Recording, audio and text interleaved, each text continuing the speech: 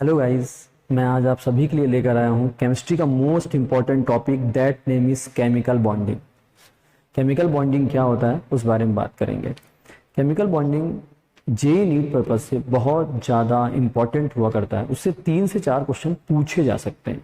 तो हम बात करें केमिकल बॉन्डिंग क्या होता है। अच्छा, केमिकल बॉन्डिंग की नीड क्यों हुई वो सारी बातें करेंगे। देखिए, सबसे पहली बात, बॉन्ड बनता क्यों है। जैसे हमारी डेली लाइफ में अगर हम बात करें, किसी से कुछ रुपए लें या किसी से कोई कुछ रुपए दे दें तो उससे हमारा उस इंसान के साथ या उस बैंक के साथ कोई ना कोई रिलेशन बन जाता है।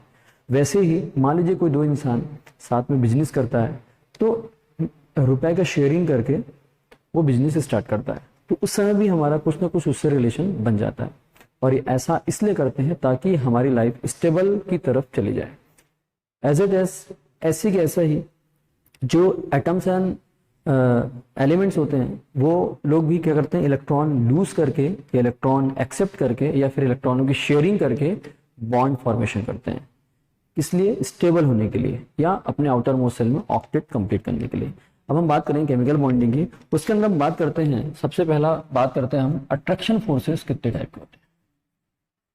अट्रैक्शन फोर्सेस, अगर मैं अट्रैक्शन फोर्सेस के बारे में बात करूं, जनरली ये 3 टाइप्स के होते हैं। जनरली ये 3 टाइप्स के होते हैं। फर्स्ट होता है van der Waals forces, van der Waals forces, van der Waals forces. Second होता है हाइड्रोजन बॉन्डिंग, हाइड्रोजन। और थर्ड होता है केमिकल बॉन्डिंग, थर्ड होता है केमिकल बॉन्डिंग। इसमें at least less than 8 kilo joule per mole energy की रिक्वायरमेंट होती है। 8 kilo joule per mole energy की रिक्वायरमेंट होती है वॉन्डर वॉल। वहीं पे हाइड्रोजन बॉन्डिंग की बात करें तो यहाँ पर नीड होती है 8 to 42 approx 42 kilo joule per mole energy की रिक्वायर्ड होती है। वहीं पे हम बात करें इसकी केमिकल बॉन्डिंग में, इसमें greater than 42 kilo joule per mole energy की रिक्वायर होती है। यहाँ से हम जज कर सकते हैं कौन सा हाइड्रोजन बॉन्डिंग है, कौन सा केमिकल बॉन्डिंग है, कौन सा वॉन्डर वॉल फोर्सेस।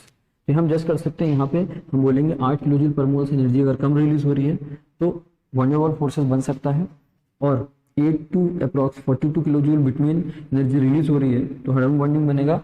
और अगर केमिकल बॉन्डिंग की बात करें तो 42 किलो जूल पर मोल से एनर्जी ज़्यादा रिलीज हो रही है तो बनता है केमिकल बॉन्डिंग।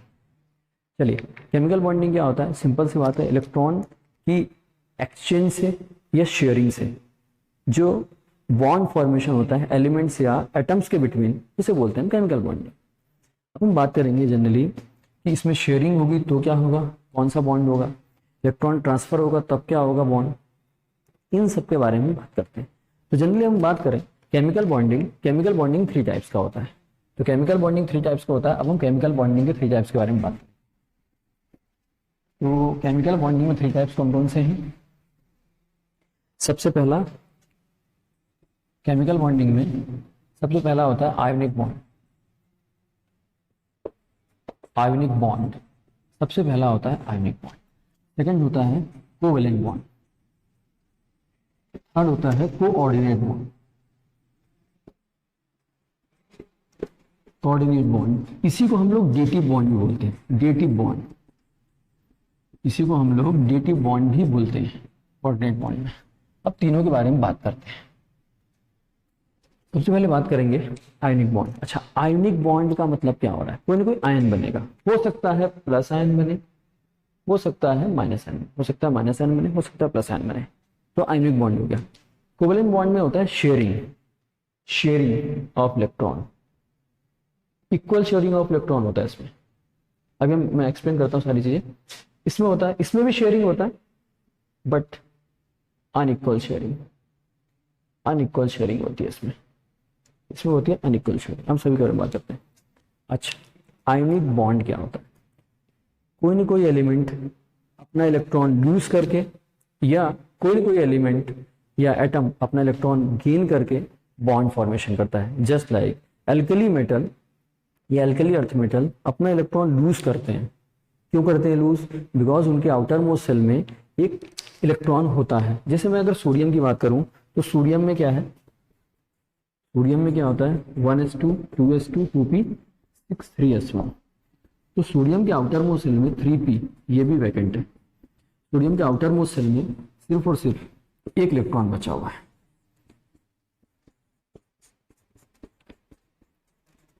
सोडियम के आउटर मोस्ट सेल में एक इलेक्ट्रॉन बचा हुआ है। तो सोडियम के बाद दो ऑप्शन, पहला ऑप्शन ये कि वो 7 यानी 7 इलेक्ट्रॉन गेन कर ले, दूसरा ऑप्शन ये है एक इलेक्ट्रॉन लूज कर ले। आई होप सेकंड जो ऑप्शन है इलेक्ट्रॉन लूज करने वाला बहुत ही आसान होगा, क्योंकि सिंगल इलेक्ट्रॉन लूज करना इतना टफ नहीं होता, बहुत ईजी होता है। हल्की सी एनर्जी लगाई और इलेक्ट्रॉन लूज हो गया, तो इसने अपना इलेक्ट्रॉन लूज कर दिया। वैसे ही इसमें हम दूसरा एग्जांपल लेते हैं क्लोरीन। क्लोरीन के आउटर मोस्ट सेल में, डायरेक्ट आउटर मोस्ट सेल बना रहा हूं 3s2 3p5। क्लोरीन के आउटर मोस्ट सेल में हम देखेंगे, क्लोरीन के आउटर मोस्ट सेल में अगर देखी जाए और 3d भी होता है इसमें, इससे कोई लेना देना नहीं अपने को, आगे चल के वैलेंसी एक्सचेंज करता है उसके बारे में बात करेंगे। यहाँ पर इसके पास भी कितने ऑप्शन है? दो ऑप्शन है। पहला ऑप्शन ये कि ये एक इलेक्ट्रॉन गेन कर ले, दूसरा ऑप्शन ये कि पांचों ये सारे के सारे इलेक्ट्रॉन लूज कर दे। तो दो ऑप्शन है कि 7 यानी 7 इलेक्ट्रॉन लूज कर दे या फिर एक इलेक्ट्रॉन गेन कर ले। तो आई होप आप समझ पा रहे होंगे कि एक इलेक्ट्रॉन गेन करना काफी आसान है कंपेयर टू 7 इलेक्ट्रॉन लूज करना। उस समय आपको बहुत ज्यादा एनर्जी देनी पड़ेगी, इसीलिए एक इलेक्ट्रॉन एक्सेप्ट करना ज्यादा आसान होगा। अब हम बात करेंगे आयनिक बॉन्ड फॉर्मेशन के लिए क्या क्या टर्म्स कंडीशन है। तो आप देख पा रहे हैं आयनिक बॉन्ड बनाने के लिए जनरली हैलोजन ग्रुप और एल्कली मेटल और एल्कली अर्थ मेटल के बिटवीन बनता है। हैलोजन ग्रुप एक हो गया, एल्कली मेटल और एल्कली अर्थ मेटल के बिटवीन बॉन्ड फॉर्मेशन होता है, तो बनता है आयनिक बॉन्ड। आयनिक बॉन्ड कब बनता है? इसमें कंप्लीट ट्रांसफर ऑफ इलेक्ट्रॉन होता है। तो बात करते हैं आगे, तो आयनिक बॉन्ड फॉर्मेशन के लिए क्या होता है, टर्म्स एंड कंडीशन, उस बारे में बात करेंगे।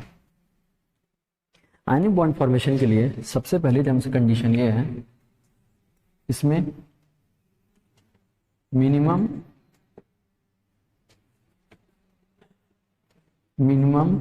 Ionisation energy must be, sorry should be minimum ionisation energy, हम लिख सकते हैं should be minimum ionisation energy. इसमें क्या होनी चाहिए? मिनिमम आयोनाइजेशन एनर्जी होनी चाहिए। किसकी? जो इलेक्ट्रॉन लूज कर रहा है, जैसे सोडियम जब इलेक्ट्रॉन लूज करता है तो उसकी बहुत कम आयोनाइजेशन एनर्जी होती है। ऐसे ही second step, high should B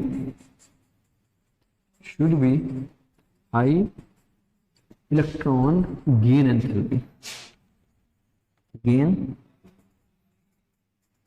enthalpy, should be high gain enthalpy और हाई इलेक्ट्रॉन एफिनिटी होनी चाहिए।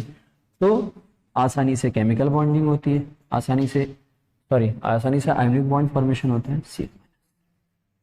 और फिर लास्ट में ये करेंगे, ये इलेक्ट्रॉन एक लूज करेगा और ये एक्सेप्ट कर लेगा और दोनों मिलकर एक बॉन्ड फॉर्मेशन कर लेंगे, इसे हम बोल देंगे NaCl। और इसी में एक स्टेप और याद रखना है, इसमें कंप्लीट ट्रांसफर ऑफ इलेक्ट्रॉन होता है, कंप्लीट ट्रांसफर ऑफ इलेक्ट्रॉन। तो हम बात कर सकते हैं आयनिक बॉन्ड में कंप्लीट ट्रांसफर ऑफ इलेक्ट्रॉन होता है। तो पहला क्या है, लेस आयोनाइजेशन एनर्जी होनी चाहिए, इलेक्ट्रॉन को लूज करने की एनर्जी बहुत कम होनी चाहिए। दूसरी बात, यहाँ पे इलेक्ट्रॉन गेन एंथैल्पी बहुत ज्यादा होनी चाहिए और इसमें कंप्लीट ट्रांसफर ऑफ इलेक्ट्रॉन होता है। ट्रांसफर का मतलब मेरा इलेक्ट्रॉन लेके सामने वाला चला गया तो मैं आयन बन गया, इसे बोलते हैं कंप्लीट ट्रांसफर ऑफ इलेक्ट्रॉन। अच्छा, आयनिक बॉन्ड में और हम बातें कर लेते हैं क्या क्या होता है, इसको थोड़ी देर से डिस्कशन कर लेंगे। आयनिक बॉन्ड में और क्या होता है, ionic bond NaCl crystal lattice बनाते हैं, क्रिस्टल लैटिस बनाते हैं कुछ इस टाइप से क्रिस्टल लैटिस बनाते हैं। क्रिस्टल लैटिस बनाते हैं, plus minus plus minus plus minus plus plus minus plus minus. Generally ये प्लस का मतलब है सोडियम, माइनस का मतलब है Cl। और मैंने 3D में नहीं बनाया है, कुछ ऐसी स्ट्रक्चर तो नहीं होती इसकी, 3D में अलग स्ट्रक्चर होती है, इस तरह से नहीं होती। बस मैं आपको समझा रहा हूँ किसमें क्या होता है। एक क्रिस्टल लैटिस बनाता है जिसकी एनर्जी बहुत ज़्यादा होती है, हाई क्रिस्टल लैटिस एनर्जी होती है, ठीक है। और बात याद रखिएगा, नंबर 4 पॉइंट क्या है, ये जनरली आयनिक बॉन्ड बन गए। आयनिक बॉन्ड के कुछ एग्जाम्पल पहले लिख लेते हैं। आयनिक बॉन्ड के कुछ एग्जाम्पल में जैसे बात करूं NaF, that is example of ionic bond. AlF3, that is the example of ionic bond. KCl, that is example of ionic bond. हम देख सकते हैं 3 एग्जाम्पल। ये थोड़ी सी इंपॉर्टेंट हुआ करता है, ये आप लोगों को याद रखना है। AlF3 generally ionic bond form करता है, इसीलिए AlF3 आयनिक बॉन्ड होने की वजह से बैक बॉन्डिंग शो नहीं करता है, ये याद रखना है। चलिए अब हम बात करते हैं इसी में आयनिक बॉन्ड में और क्या है। 5 नंबर, ये सॉलिड स्टेट में बैड कंडक्टर ऑफ इलेक्ट्रिसिटी होते हैं। Bad conductor of electricity, bad conductor of electricity होते हैं सॉलिड स्टेट में। लेकिन यही मॉल्टन या एक्वस स्टेट में, मॉल्टन और एक्वस स्टेट में ये गुड कंडक्टर ऑफ इलेक्ट्रिसिटी होते हैं। गुड कंडक्टर ऑफ इलेक्ट्रिसिटी होते हैं, गुड कंडक्टर ऑफ इलेक्ट्रिसिटी होते हैं। तो ये जनरली क्या होते हैं, सॉलिड स्टेट में इलेक्ट्रिक फ्लो नहीं करते। क्यों? बिकॉज ये सॉलिड फॉर्म में इलेक्ट्रिक फ्लो नहीं करने के कारण कि इनके आयंस बनते ही नहीं है। और मॉल्टन या लिक्विड स्टेट में क्या होता है कि इनके आयंस बन जाने की वजह से ये आयंस मूव कर सकते हैं। अगर आयंस मूव कर सकते हैं तो इलेक्ट्रिक फ्लो कर सकते हैं, अगर आयंस मूव नहीं करेंगे तो इलेक्ट्रिक फ्लो नहीं कर पाएंगे। इसी में एक और एग्जांपल है जो काफी इंपॉर्टेंट है, याद रखिएगा, NH4+। NH4+ जो होता है ये जनरली अल्कली मेटल की तरह बिहेव करता है, इसीलिए ये जो NH4+ होता है ना, NH4Cl, ये भी आयनिक बॉन्ड फॉर्म करता है। यहाँ पे हम इसका एग्जांपल ले सकते हैं, NH4Cl, ये आयनिक बॉन्ड है, यहाँ भी क्या है, आयनिक बॉन्ड। ये दोनों काफी इंपॉर्टेंट है, याद रखिएगा। आई होप आप सभी को इतना क्लियर हुआ होगा। अब हम बात करेंगे कोवलेंट बॉन्डिंग की। कोवलेंट बॉन्ड क्या होता है उस बारे में बात करते हैं। आप चाहे ये सब कॉपी कर सकते हैं।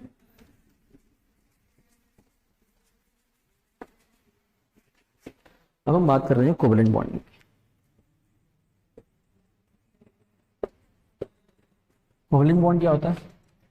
कोवलेंट बॉन्ड में म्यूचुअल शेयरिंग होती है, मींस दोनों के एक इलेक्ट्रॉन शेयर होते हैं, तो बनता है covalent bond.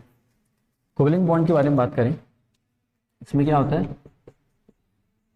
Mutual sharing of electron.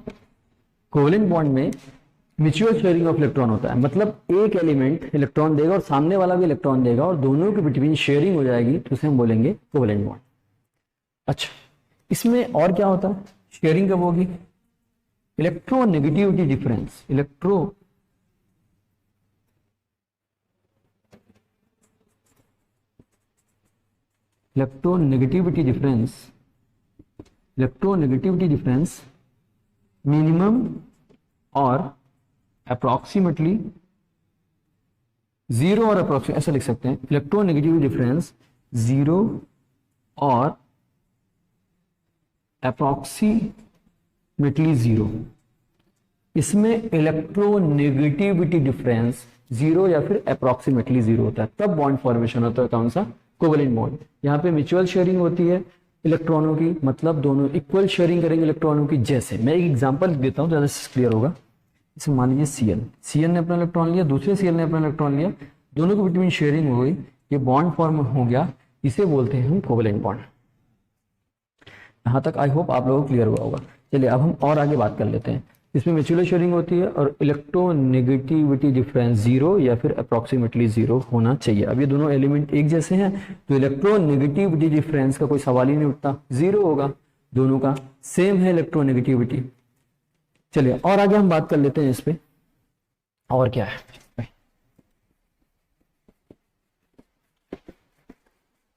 Covalent bond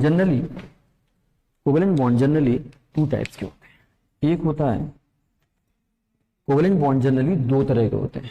पहला होता है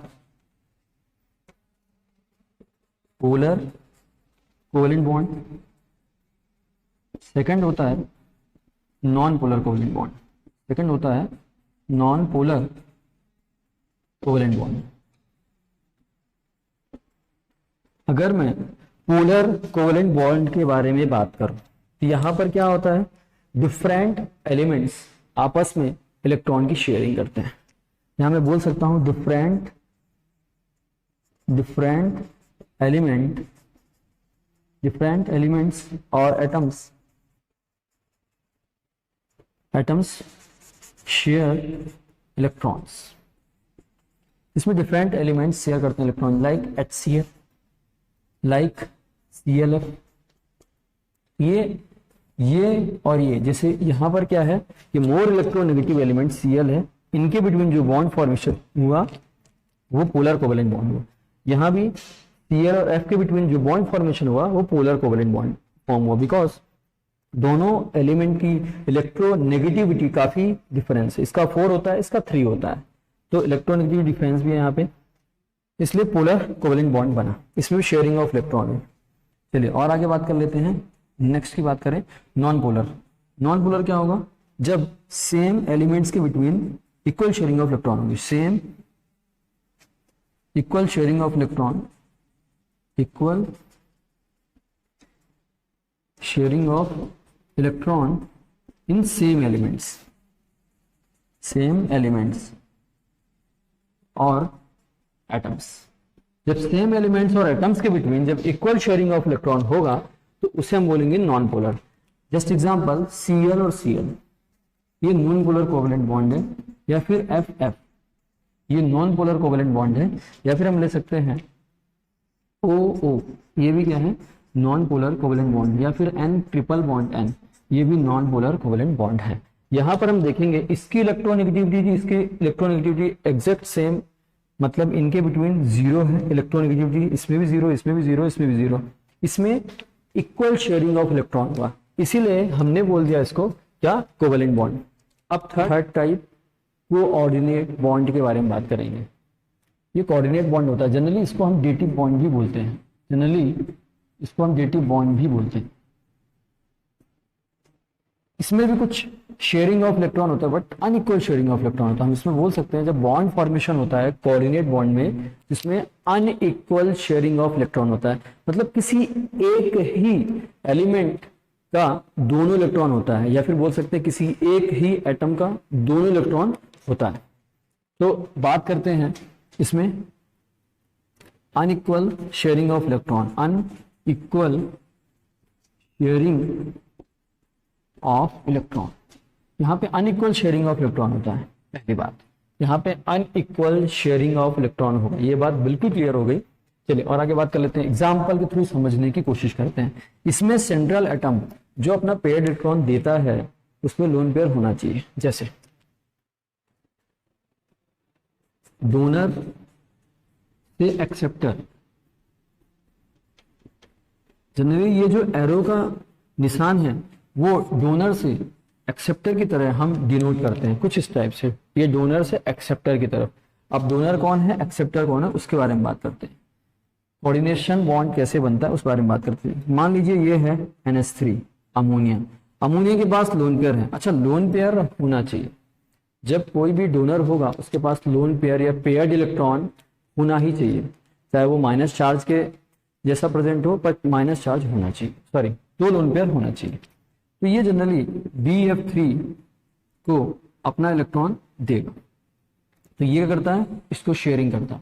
अच्छा, ये इसको ही क्यों देता है, ये इलेक्ट्रॉन डेफिशिएंट ग्रुप है, इसलिए इलेक्ट्रॉन डेफिशिएंट ग्रुप है। इलेक्ट्रॉन डेफिशिएंट मतलब इसका ऑक्टेट कंप्लीट नहीं है, इसका ऑक्टेट कंप्लीट नहीं होने की वजह से ये अपना दोनों लोन पेयर इसको देता है। कैसे, सॉरी दोनों लोन पेयर से बॉन्ड बनाता है। कैसे, ये हो गया N, मैं यहाँ H रखता हूँ, एक H यहाँ पे रखता हूँ और एक H यहाँ पे, एक इलेक्ट्रॉन खुद के पास रखा, एक उसको दे दिया। ये B हो गया, यहाँ पे एक F यहाँ पे और एक F यहाँ पे, ठीक, यहाँ से बॉन्ड फॉर्म हो गया। इसी बॉन्ड को हम जनरली ऐसा भी लिख देते हैं, ऐसा। तो ये हमने बोल दिया, ये हो गया डोनर, ये हो गया एक्सेप्टर। और जो डोनर होता है हम उसको प्यार से कह सकते हैं ये बेस होता है, लुईस बेस, ये होता है लुईस बेस। और जो एक्सेप्ट करता है उसी को हम बोलते हैं लुईस एसिड, ऐसा भी हम बोल सकते हैं, लुईस एसिड। ठीक है, इसे बोलते हैं कोऑर्डिनेट बॉन्ड। कुल मिला के कोऑर्डिनेट बॉन्ड क्या होता है, मैं और एग्जांपल के थ्रू समझाने की कोशिश करूँ। मान लीजिए कोई बिजनेस है, प्री फोकट का बिजनेस मिल गया, किसी का बिजनेस पूरा बना हुआ था, उसने किसी को दे दिया कि भाई तू चला ये बिजनेस, मेरा खर्चा पूरा बस तेरे को चलाना है। तो उस समय क्या बात हुई कि दोनों का पूरा पैसा मेरा लगा है और सामने वाला चला रहा है, प्रॉफिट उसका भी है, तो उसे बोलते हैं कोऑर्डिनेट बॉन्ड। सेम इसमें ऐसा कि एक एलिमेंट या फिर एटम है जो दोनों इलेक्ट्रॉन किसी सामने वाले को दे रहा है ताकि उसका भी ऑक्टेट कंप्लीट हो जाए और अपना भी काम बन जाए, तो उसे बोलते हैं कोऑर्डिनेट बॉन्ड। डोनर से एक्सेप्टर की तरह हम एरो का निशान, एरो का ये जो दिख रहा है आपको, एरो से डिनोट करते हैं। ठीक है, डोनर से एक्सेप्टर की तरफ, ये होता है हमारा कोऑर्डिनेट बॉन्ड। इसके बाद नेक्स्ट टॉपिक हमारा आता है, हम बात करते हैं Lewis octet rule. Lewis octet rule, Lewis octet rule क्या होता है उस बारे में बात करेंगे।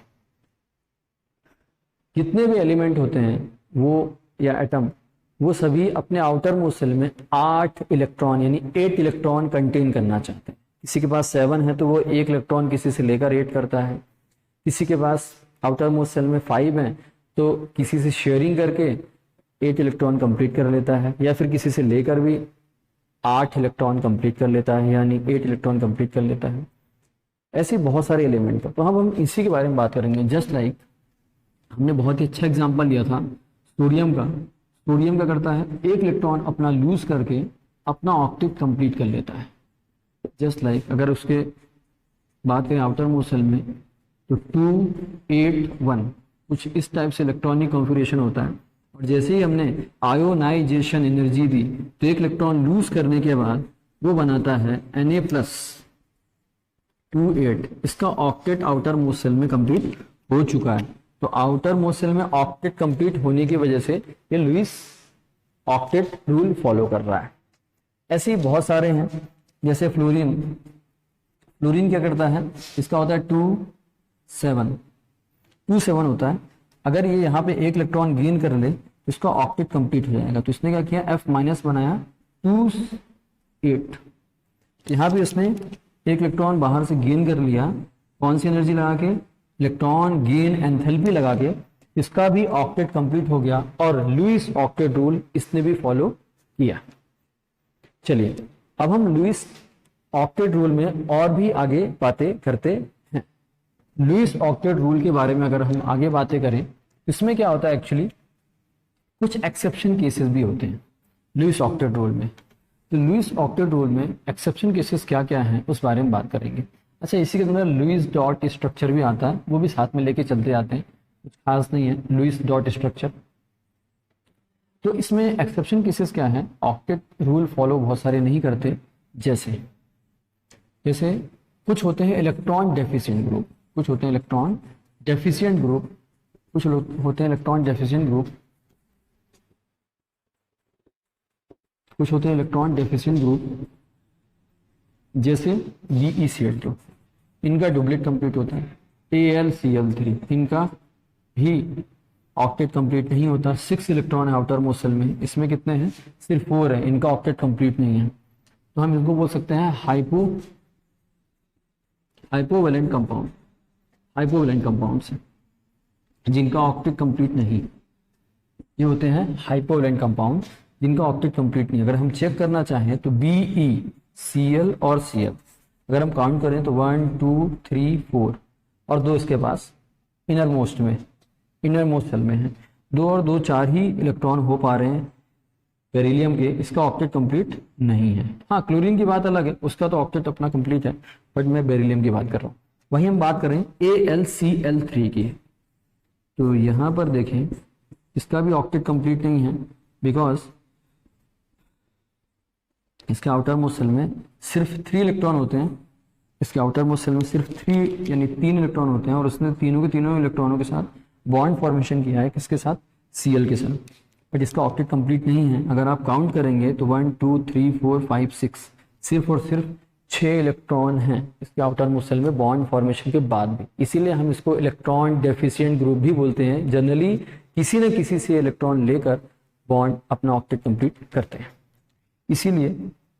इसीलिए हम इसको लुईस एसिड भी कंसिडर करते हैं। ये भी लुईस एसिड जैसा कंसिडर किया जाएगा। चलिए अब हम और आगे बात कर लेते हैं। इसी में सेकंड टॉपिक क्या है? हाइपोवैलेंट बॉन्ड के बाद नेक्स्ट आता है हाइपरवैलेंट बॉन्ड। वो अपना ऑक्टेट एक्सटेंड कर लेते हैं। यहाँ पे ऑक्टेट कंप्लीट ही नहीं हुआ है, यहाँ पे ऑक्टेट कंप्लीट हुआ ही नहीं है, यहाँ पे ऑक्टेट कंप्लीट हुआ ही नहीं है और कुछ एलिमेंट्स ऐसे हैं जो अपना ऑक्टेट एक्सटेंड कर लेते हैं, बढ़ा देते हैं। Reason? Due to present vacant d orbital. अगर वैकेंट डी ऑर्बिटल प्रेजेंट है और एक्स्ट्रा इलेक्ट्रॉन भी प्रेजेंट है तो definitely they can extend their octet. Just like मैं बात करूं नंबर 2 की, electron rich species. Electron rich species भी बोल सकते हैं, इलेक्ट्रॉन रिच। हाँ, इलेक्ट्रॉन रिच स्पीसीज जो बॉन्ड एक्सटेंड करते हैं वही बस नहीं होते। लोन पेयर जैसे H2O वो भी इलेक्ट्रॉन रिच स्पीसीज है। जनरली ऑक्सीजन अपना ऑक्टेट कंप्लीट कर लेता है बट ये एक्सटेंड नहीं करता अपना बॉन्ड, सिर्फ 8 ही इलेक्ट्रॉन रखता है, एक्सटेंड नहीं करता। ये भी इलेक्ट्रॉन रिच स्पीसीज बोल सकते हैं बिकॉज इसके पास भी लोन पेयर है। तो ये भी इलेक्ट्रॉन रिच स्पीसीज है, ऐसा कुछ भी नहीं है। जैसे NH3 ये भी इलेक्ट्रॉन रिच स्पीसीज है। इसी में आता है, इसी को हम बोलते हैं क्या? Hyper covalent compound. ये होता है हाइपर कोवेलेंट कंपाउंड। इसमें एक्चुअली क्या होते हैं कि सेंट्रल एटम अपना वैलेंसी एक्सटेंड कर लेता है या बढ़ा लेता है जनरली। क्यों? क्योंकि वैकेंट डी ऑर्बिटल प्रेजेंट है। जैसे पी की बात करें तो इसकी आउटर मोस्ट सेल में 5 इलेक्ट्रॉन होते हैं, तो ये PCl3 वैलेंसी भी शो करता है।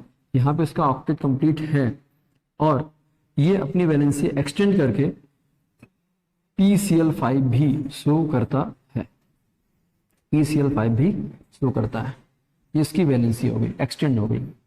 इसका ऑक्टेट रूल से कहीं ज्यादा इलेक्ट्रॉन है। 1 2 3 4 5 6 7 8 9 10 ये हो गया PCl5। ऐसे ही हम और भी देख सकते हैं। जनरली सल्फर की वैलेंसी होती है 2 4 6। वैलेंसी बिल्कुल एक्सटेंड कर सकता है बिकॉज इसके पास वैकेंट डी ऑर्बिटल है और प्लस इसके पास पेयर्ड इलेक्ट्रॉन भी प्रेजेंट है आउटर मोस्ट सेल में। ये अपनी वैलेंसी 2 4 6 बिल्कुल कर सकता है। तो ये भी एक्सटेंड करता है, SF4 बना सकता है। ठीक है, SF4 के बारे में बात करें, F F F और F। ठीक है, अभी हम बात नहीं कर रहे हैं कैसी इसकी स्ट्रक्चर बनेगी, उस बारे में बिल्कुल बात नहीं कर रहे हैं, ये तो मैं ऐसे ही बना दे रहा हूँ। फिर नेक्स्ट SF6 भी एक एग्जांपल है। इसमें भी आप देखेंगे ये कुछ ऐसी वैलेंसी शो करता है। ये भी अपना ऑक्टेट एक्सटेंड कर रहा है, बढ़ा रहा है। यहाँ देखें 1 2 3 4 5 6 7 8 9 10 11 12 12 इलेक्ट्रॉन इसके आउटर मोस्ट सेल में आ गए, ऑक्टेट से कहीं ज्यादा। ऐसे ही एक होता है IF7, वो भी एक एग्जांपल हम अच्छा सा ले सकते हैं। तो हम बात कर सकते हैं कि 2 तरह की चीजें होती है, एक हाइपोवैलेंट कंपाउंड्स जो अपनी ऑक्टेट कंप्लीट नहीं कर पाता, एक होता है हाइपरवैलेंट